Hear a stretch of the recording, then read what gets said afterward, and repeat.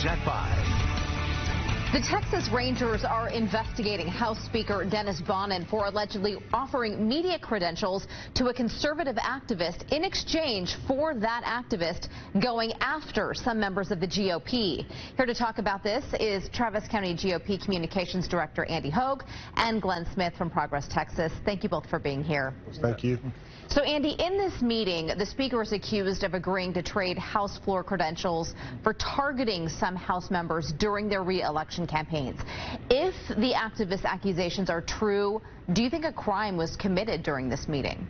Yeah, if they're true, that's the question. I haven't heard the tape yet, and frankly, it's hearsay until we've actually all had a chance to hear it.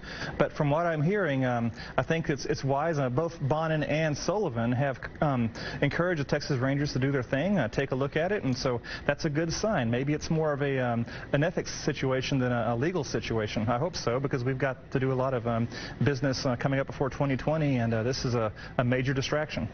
Glenn, what is your take on this? And I want to quote the great movie Spinal Tap, where the guy said that stupidity is a thin line between stupidity and cleverness. I think the meeting in the first place was a really dumb idea, and I think the Speaker's biggest problem is the betrayal of trust with the members of the House, both Republicans and Democrats, who he had urged, in fact threatened, to bust them from the committee assignments if they opposed any incumbents in the upcoming election. Then he turned around in this meeting and proposed exactly that. I think the Speaker's days are numbered. As Speaker, I think either Democrats are going to take the House in 2020, which he'll certainly be gone, or the trust issue will undo him between now and then anyway. So on the legal front, I trust the Texas Rangers. I think they'll get to the bottom of it. I think there might be conspiracy issues. There might be bribery issues. There might be campaign election violation issues. We'll have to wait and see.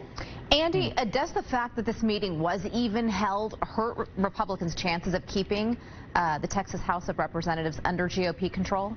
That's a good question, but I don't think so. I think actually it's a good exercise to show that there's accountability taking place. I mean, look, that's one thing we've always wanted. I mean, we've always wanted parties to police their own and look out for ethical situations like these. So the fact that, yes, a Republican-led legislature is calling for the Texas Rangers, and yes, both parties, Bonnen, I don't know about Burroughs, and Michael Quinn Sullivan, they're both agreeing the Rangers should be looking at it. That's a good thing. That's accountability, and I think it's going to help our chances actually with voters thinking, okay, well, there's enough eyes on the process, and we trust these people a lot more than we did in years past.